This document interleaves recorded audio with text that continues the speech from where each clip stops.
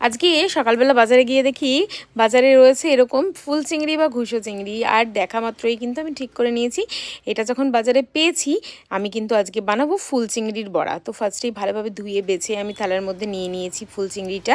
তারপরে দিলাম কিন্তু পেঁয়াজ কুচি, আর দিলাম রসুন কুচি, আর দিয়েছি কিন্তু কাঁচা লঙ্কা কুচি। তারপরে নুন, হলুদ, লঙ্কা, জিরে আর 2 চামচ হচ্ছে চালের গুঁড়ো।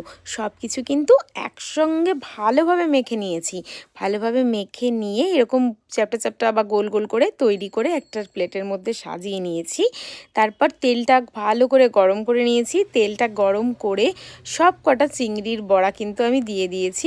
একদিকটা প্রায় ভাজা হয়ে গেছে, তখন আরেক দিকটা উল্টে নিলাম। তারপরে কিন্তু নেড়ে চেড়ে ভালোভাবে একদিক এপাশ ওপাশ উল্টে পাল্টে ভেজে নিয়েছি একদম লাল লাল করে, মানে একদম ক্রিস্পি হয়েছিল বড়াগুলো। আর এই ফুল চিংড়ির বড়া খেতে কিন্তু ভীষণ টেস্ট, এত টেস্ট লাগে এই ফুল চিংড়ির বড়ার সাথে গরম ভাত আর সাথে একটা কাঁচা লঙ্কা। এই দেখো আমার কিন্তু ভাজা বড়া কমপ্লিট।